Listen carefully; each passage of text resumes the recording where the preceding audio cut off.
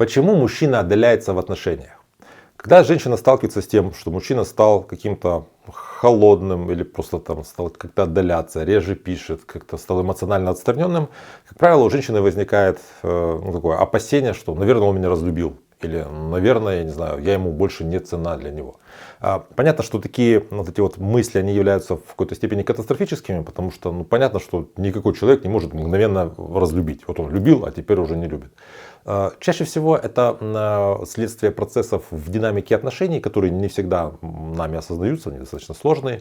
И в ряде случаев женщины, не осознавая того сами, ведут себя каким-то образом так, что это, отталкивает мужчину, при том, что он продолжает ценить эту женщину, любить ее, но просто вот он начинает вот так ответно себя вести. Более того, у нас в культуре есть очень много вещей, которые являются как бы таким социальным предписанием к женщине, как женщине нужно вести себя в отношениях. И некоторые из этих предписаний, они либо устаревшие, либо какие-то слишком общие. Они также приводят к тому, что женщина ведет себя, как должно вести себя женщине, и при этом мужчину отталкивает. Меня зовут Евгений Масеев, я психиатр и психотерапевт, я давно работаю в теме психологии отношений. Сегодня мы поговорим о тех вещах, которые женщина может не специально делать в отношениях, так, чтобы мужчину это как-то отдаляло, либо как женщина может повлиять на отношения, чтобы вернулась вот эта вот искренность какая-то и способность видеть друг друга, находиться в контакте, чтобы вот этой вот ледяной стены между вами не было.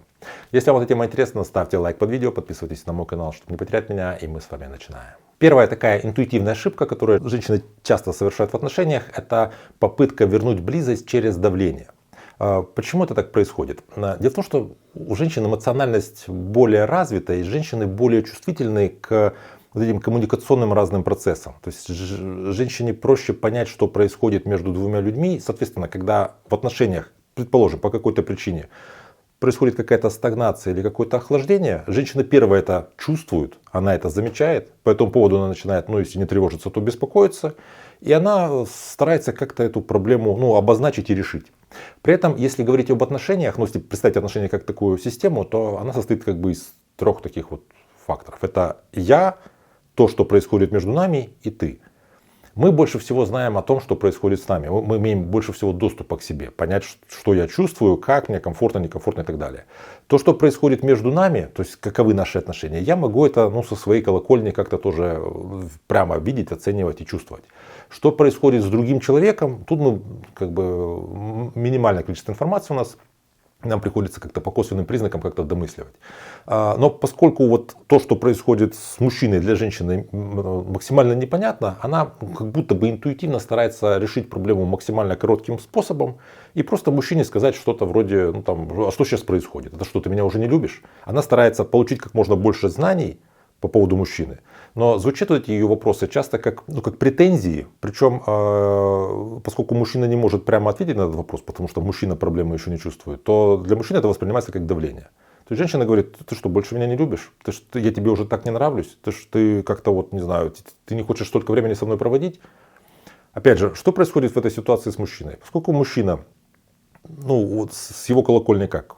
Вчера я ей сказал, что я ее люблю, мы были вместе, было все хорошо, а сегодня вроде бы что-то изменилось, но я не вижу, что изменилось. Она мне начинает спрашивать, люблю я ее или нет. Видимо, действительно что-то поменялось, но я не могу понять, что. Плюс я слышу какие-то претензии в свой адрес, что я что-то неправильно делаю или чего-то не доделываю. И мне нужно, так сказать, взять тайм-аут на то, чтобы подумать. То есть мужчину часто это вообще отталкивает. Потому что мужчина сталкивается с сложной, неразрешимой, такой нелогической задачей. Это задача, которая предполагает какое-то развитие этого эмоционального интеллекта и какого-то понимания вообще, что происходит между нами в отношениях. Поэтому в ситуации, если вы чувствуете, что в отношениях наступает какое-то такое, что-то, что вам не нравится, какие-то процессы, как-то тоска какая-то, или холод, или мужчина отстранен, важно подходить к решению этой задачи, исходя из того, как устроена система отношений. То есть прежде всего понимать, что происходит с вами. И тут в формате «я-сообщений» можно говорить о том, что мне скучно, мне не хватает твоего тепла, мне не хватает нашего общения, еще чего-то. Затем апеллировать к тому, что происходит между вами, потому что вы можете сказать, что смотри, мы с тобой в последнее время стали меньше выбираться куда-нибудь в люди. Я предлагаю, я бы хотела, чтобы мы с тобой чаще все происходило. И только на третьем этапе стоит уже предполагать свои какие-то, давать советы мужчине, что ему нужно сделать. Что давай ты будешь более ко мне эмоциональным, там, или давай ты больше будешь уделять мне внимание, или чаще говорить, что ты меня любишь. Потому что когда вы говорите другому человеку, что ему делать, это звучит как такое, ну, как управление, манипуляция своего рода. Ну и часто это звучит как претензия. Давай ты будешь делать это чаще, так я получается, что мало этого делаю. Вторая ошибка, которую женщины часто совершают, что приводит к тому, что мужчина отдаляется, это если женщина полностью лишается собственной жизни, и вся ее жизнь, она вот как бы построена вокруг жизни мужчины. В принципе, вот это вот такие процессы, когда мы влюбляемся и сближаемся в самом начале отношений, у людей, ну, обычно, как правило, немножко сужаются вообще круг интересов, круг общения. То есть, ну, вспомните, вот ты в кого-то влюбился, только о нем думаешь, ни о чем больше думать не можешь, у тебя там, скажем, если это молодые там парни, девушки, у них там учеба что-то там полетела сразу, там, с друзьями реже общаются. Это, в принципе, нормально, особенно для вот такого молодого возраста, когда, знаете, вот такая полярность, все или ничего. В принципе, мы когда с другим человеком сближаемся, достаточно много ресурсов уходит на вот это вот сближение, узнавание другого человека, узнавание себя рядом с другим человеком. На остальные вещи бывает, что времени не хватает, но есть ситуации, когда женщина прям вообще забрасывает общение со всеми друзьями, она перестает заниматься тем, чем она занималась. Там, бывает там как-то договорились с мужчиной, что, скажем, она от работы отказывается, вот она только лишь с мужчиной. В такой ситуации социальная ценность женщины может снизиться, во-первых, для мужчины, поэтому мужчина может отдаляться, а во-вторых, тут еще включается вот эта вот динамика тревожно-избегающая. Что в отношениях всегда, если один человек какой-то за другим как бы бегает, навязывается, то другого человека это отталкивает. Потому что, опять же, если у женщины вся ее жизнь вращается вокруг мужчины, то значит мужчина является эмоциональным монополистом ее вообще настроения, ну, ее эмоций. Она счастлива, когда мужчина счастлив. Она, когда он расстроен, она расстроена. Когда он там, не знаю, злится, ей там, ну, она либо злится тоже, либо ей комплементарно там, ну, как-то страшно или тревожно. Соответственно, женщине тогда от мужчины нужно очень много вот этого вот эмоционального, так сказать, контента, чтобы он ей очень много давал. А мужчина в такой ситуации может как-то стараться отдаляться. И тут включается вот этот вот, знаете, такой порочный круг, что чем больше женщина, так сказать, догоняет мужчину, тем он больше отдаляется, что повышает у нее уровень тревоги, и она больше начинает его догонять. То есть в ситуации, если вы находитесь в отношениях, очень важно понимать, эти отношения, они занимают, ну, какой вообще процент вашей жизни. Если другой человек это 100% для вас в вашей жизни, ну, вы находитесь в созависимых отношениях. Там это либо временно, либо это связано со структурой вашей личности. Если другой человек, ну, какую-то значимую часть вашей жизни занимает, но у вас есть другие какие-то сферы и есть на что, так сказать, переключиться и отвлечься, то вы, конечно, ну, в такой ситуации более устойчивы. И вероятность, что вы будете отталкивать мужчину своим каким-то поведением, она гораздо меньше. Третья распространенная ошибка, которую я часто вижу, что женщины делают, это, знаете, в стиле поговорки «лучшая враг хорошего». Когда женщина в погоне за идеальными отношениями устраивает выяснение отношений по поводу каждой мелочи. Понимаете, я вообще считаю, что прояснение отношений, способность договариваться, способность замечать все те проблемы, которые есть в отношениях, а в любых отношениях проблемы есть и постоянно новые появляются, и очень важно их, так сказать, не заметать под ковер, а проговаривать. Я считаю, что это супер важное вообще качество, как по мне, это обязательное качество таких здоровых гармоничных отношений. Но в ситуации, когда, скажем, отношения вот, ну, только как-то завязываются, а женщина замечает какие-то мелочи, часто даже немножко как бы их раздувая. Знаете, как вот там ипохондрик, он замечает у себя проявление болезни там, где их еще нет. Вот бывает ситуация, когда женщины, особенно такие вот женщины-перфекционисты, которые привыкли, что у них вот все вот в порядке, все хорошо, замечают какую-то вот такую отношенческую эмоциональную проблему, что-то в отношениях не нравится, и с мужчиной начинают ее так широкомасштабно как бы обсуждать. Во-первых, при прояснении отношений всегда очень важно, чтобы у людей были, ну, примерно какие-то равные доли вот этой вот мотивации и желания выяснять отношения. Потому что если, скажем, мужчина в течение дня занимался какими-то вопросами, возможно, избегая решения этой задачи, а возможно, не осознавая вот эту какую-то проблему, а женщина штудировала интернет, разные там психологические форумы и готовилась к обсуждению этой проблемы, то получается, если вечером женщина предлагает обсудить вот эту проблему, повыяснять отношения, они как бы подходят к этой точке немножко на разных уровнях. То есть мужчине это как бы вообще не актуально, а у женщины очень есть какая-то, знаете, сложная картина, как все устроено, которую она, ну, не потрудилась как-то разделить с мужчиной предварительно. Поэтому тут вот такая штука, что очень важно говорить о тех проблемах, которые есть в отношениях. Очень важно замечать, особенно на ранних этапах, быть чувствительным к тому, что вам что-то в отношениях не нравится, вы что-то хотите изменить. Но при этом ситуация, когда ты стараешься зацепиться за каждую проблему, чтобы ее как-то очень долго разрешать, может привести к тому, что отношения станут такими, знаете, истощающими. Мужчина будет отдаляться просто потому, что в этих отношениях постоянно устраиваются какие-то выяснения проблем, выяснения каких-то отношений, что он не видит как какую-то решаемую задачу. Кроме того, очень важно, чтобы, если в отношениях есть вопросы, связанные с, так сказать, работой над отношениями, а вот это вот проговаривание разных проблем, я это называю работой над отношениями. То есть в отношениях важно работать. Так вот, кроме этого, важно, чтобы в отношениях было еще и какое-то вообще-то удовольствие, для чего вообще отношения нужны. То есть, если, предположим, вы выясняете какие-то, не знаю, проблемы, приходите к каким-то компромиссам, или пускай каким-то пока к промежуточным компромиссам, и после этого у вас есть какая-то разрядка, вы идете, не знаю, в ресторан, на танцы, не знаю, там, занимаетесь сексом, у вас какое-то путешествие, то тогда получается общий баланс удовольствия в этих отношениях, он положительный.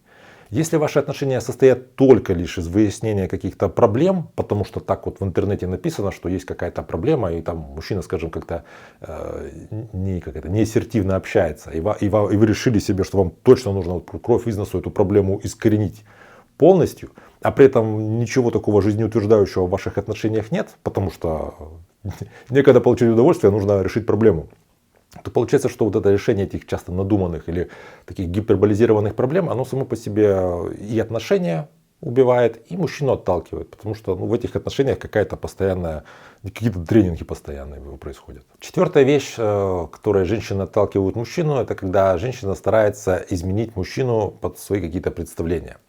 Тут, понимаете, с одной стороны, нужно сказать, что любые отношения нас меняют, и в любых отношениях мы меняемся из-за другого человека. То есть, когда мы находимся в более-менее серьезных отношениях, на нас остается след другого человека, который остается с нами часто вообще до конца жизни. То есть, да, мы меняемся в отношениях, в этом еще смысл пластичности, смысл для чего вообще договариваться, мы же договариваемся, чтобы как-то взаимно меняться. Но с другой стороны, когда у человека есть иллюзия, что я могу полностью изменить другого человека, не знаю, в рамках того, как я считаю, что это должно быть правильным, то тут надо понимать масштаб этих иллюзий. Женщины часто хотят, чтобы мужчина, с одной стороны, был, так как это в традициях у нас заложено, мужчина сказал, мужчина сделал. То есть он такой предсказуемый, постоянный, надежный, сильный, чтобы он был защитником, чтобы он мог решать какие-то вопросы. То есть он был такой, агрессивно-конфронтационный, в рамках каких-то социальных рамок. Чтобы он был богатым, чтобы у него были машины, заводы, пароходы, чтобы социальный статус был. То есть чтобы мужчина был таким сильным и успешным, типа альфачом. Но при этом есть новые эти веяния, которые предполагают, что женщины часто в этой же самую секунду хотят от мужчины, чтобы у него был развит эмоциональный интеллект, какая-то чувствительность непомерная, чтобы он интересовался, например, тем же, чем интересуется женщина, чтобы можно было пойти вместе и смотреть какие-то картины или какой-нибудь contemporary театр и чувствовать какие-то 8 слоев какого-то я не знаю, иносказаний и метасмыслов, что, скажем, в решении вопросиков в этой предыдущей идентичности мужчины, эти все иносказательности, это вещи, которые не подходят. Чтобы мужчина прямо у него была эмпатия развитая, он на этой эмпатии ехал вообще исключительно. То есть, по сути, бывает так, что женщина от мужчины хочет вещей, которые несовместимы или прямо вообще противоположны. В такой ситуации женщина отталкивает мужчину, потому что она не может увидеть его реального, не может проститься со своими иллюзиями по поводу идеальных каких-то отношений, и она все больше навешивает на него этих проекций, своих ожиданий, каким он должен быть, а мужчина, соответственно, чувствует, что он все меньше, как будто бы у него выходит в этих отношениях. Постоянно женщина как будто бы во мне не видит то, чего хочет, я постоянно какой-то не окей, что, естественно, приводит к тому, что мужчина отдаляется просто, чтобы как-то сохраниться, чтобы не чувствовать постоянно эту фрустрацию. Пятая вещь, как женщина может отталкивать мужчину, это когда вместо уважения в отношениях много критики со стороны женщины. Но тут два нюанса. Во-первых, уважение нужно заслужить, знаете, как говорят. То есть уважение не может быть просто по умолчанию.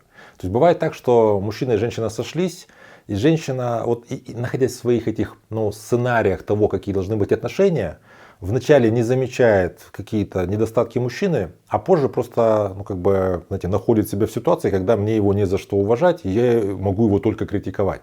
То есть бывает так, что женщина, знаете, авансом дала шанс этим отношениям и оказывается в ситуации, что она этого мужчину действительно не уважает. Не потому что он плохой, а потому что ей не за что его уважать. Такова разность их каких-то ценностей, и вообще, может быть, различия их, так сказать, такого личностного размера. В таком случае, конечно, женщина мужчину критикует, потому что критиковать за что ей его есть, и это его отталкивает.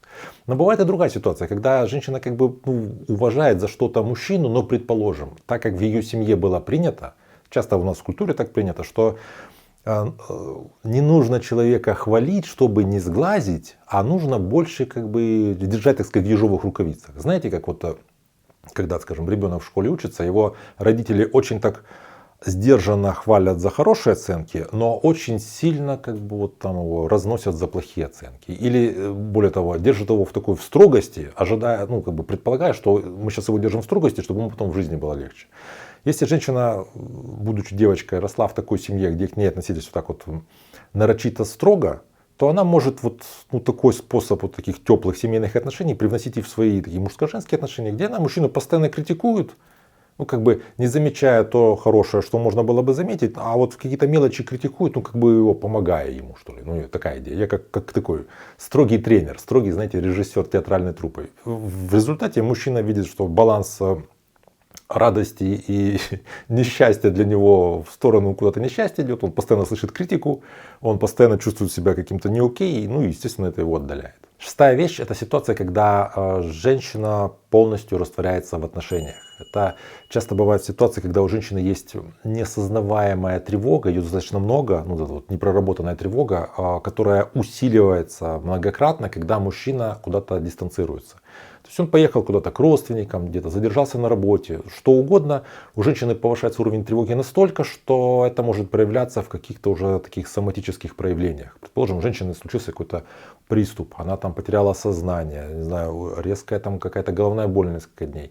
И в результате бывает так, что мужчина в какой-то момент понимает, что если я отдаляюсь от своей женщины, то ей от этого становится плохо. У мужчины у самого повышается уровень тревоги, и он как будто бы оказывается привязанный. Они оказываются вместе, растворенные в отношениях.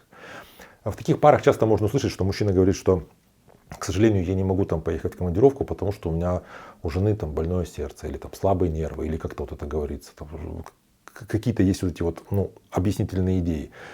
Люди вроде бы находятся постоянно вместе, и мы вроде бы как говорим же сегодня о каком-то отдалении мужчины, но в таких отношениях контакт между людьми становится таким глубоко невротическим, и женщина может чувствовать, что мужчина эмоционально, душевно, он для нее недоступен. То есть при том, что люди вроде бы как физически постоянно рядом, мужчина постоянно находится где-то в поле видения этой женщины, при этом она чувствует себя одинокой в этих отношениях. Это ситуация очень трагичная, когда люди находятся в таком замкнутом круге, они не понимают, что можно здесь сделать, они просто находятся в постоянных страданиях. И обычно объясняют себе это тем, что это действительно какое-то заболевание, болезнь сердца, болезнь нервов. То есть они так себе это объясняют и не понимают ту динамику в отношениях, которая у них происходит. С чем можно было бы вообще-то поработать, разобраться бы, и ушли бы эти приступы и все остальное. Седьмая ошибка, которую женщины совершают, она скорее не поведенческая, а ошибка в интерпретации вообще причин, почему мужчина дистанцируется. Женщины часто думают так, что если мужчина дистанцировался, значит он меня не любит, значит это как-то он обижается, дуется на меня, как-то это связано со мной. На самом деле есть вообще различия между мужчинами и женщинами. Там есть нейрофизиологическая какая-то подоплека и культуральные особенности. Мужчины и женщины в общем и среднем немножко по-разному переживают стресс. То есть мужчине часто нужно, когда он сталкивается с какими-то проблемами на работе, не знаю, вообще какие-то проблемы у него могут быть, ему важно побыть в одиночестве, так сказать, обработать массив данных. Почему мужчинам нравится рыбалка, не все же пьют на этой рыбалке. Потому что это такое медитативное занятие. Или когда мужчина занимается какой-то, казалось бы, бесцельной, бессмысленной деятельностью. Ходит в гараж и чинит машину, которую он чинит. Он ее чинит не чтобы починить, а чтобы побыть чем-то, подвлекаться на какие-то занятия, и параллельно фоново у него происходит какое-то размышление. Мужчина с детства слышит эти послания, что Мальчики не жалуются, мальчики не проявляют слабость, там, мальчик должен вот сам решать, все сам нужно решать, не идти никому за помощью. Соответственно, мужчина так и решает свои проблемы, в том числе какие-то эмоциональные. Женщины же, скорее всего, понятно, все женщины разные, но мы скорее будем ожидать, что женщина, если у нее какая-то есть проблема там на работе, она скорее ее перетрет с другими какими-то людьми, пообсуждает, так сказать, коммуникативно как-то вот разрешит. И естественно, что когда мужчина решает свою проблему не с женщиной, а сам, ну что-то он там у него думает, женщина думает, я же для него самый близкий человек, а он, значит, от меня что-то скрывает. Значит, наверное, между нами что-то плохо происходит сейчас. И в такой ситуации женщина может идти к нему с расспросами, в чем дело, что между нами, выяснение отношений. Смотрите там вот первые пункты. Опять же, если у женщины достаточно высокий уровень тревоги, особенно спроецированный на отношения, то есть женщина по поводу своих отношений тревожится, скажем так, то в такой ситуации любой феномен, который в этих отношениях происходит, он воспринимается на свой счет. Ну, то есть такая, знаете, повышенный уровень тревоги, он проявляется как такая легкая параноидность. То есть если другой человек что-то сказал, значит, наверное, это потому что я что-то не так сделала. Я что-то, наверное, на это повлияла. Или если он молчит, а ничего не говорит, значит, тоже это как бы ко мне как бы имеет отношение. Тут вот важно понимать, что есть какая-то часть, почему другой человек себя ведет в связи с вами, а есть какая-то часть, почему он себя так ведет, потому что он просто себя так ведет. Такой важный момент.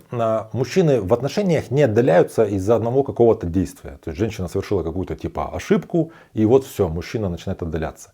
Так не происходит. Отношения имеют определенную такую инерцию. Это, знаете, как вот для того, чтобы с человеком выстроились отношения, мы не можем совершить какое-то одно действие, пускай бы оно даже самое хорошее было. Нельзя одним словом как-то повлиять на другого человека, чтобы развилась привязанность. Это все нарабатывается. Таким же образом и отдаление людей, там, скажем, если мужчина отдаляется от женщины, это тоже не произойдет из-за одного какого-то прикосновения. Тут нужно разбираться в динамике отношений. То есть, что происходит, ну, вот, так сказать, во временном дневнике. Каким образом отношения выстраиваются, какие повторяющиеся есть паттерны поведенческие, там, пускай назовем их ошибки, какие есть вот слепые зоны, что вы не замечаете в поведении мужчины, что, возможно, мужчина не замечает в вашем поведении. То есть все эти вещи, их можно проанализировать, если вы понимаете, что вот в отношениях вы замечаете, что какое-то время мужчина начинает отдаляться, ну и при условии, что это вас волнует, то вы можете обратиться ко мне на консультацию. У меня под каждым видео есть ссылка для записи. Я работаю с людьми из разных стран.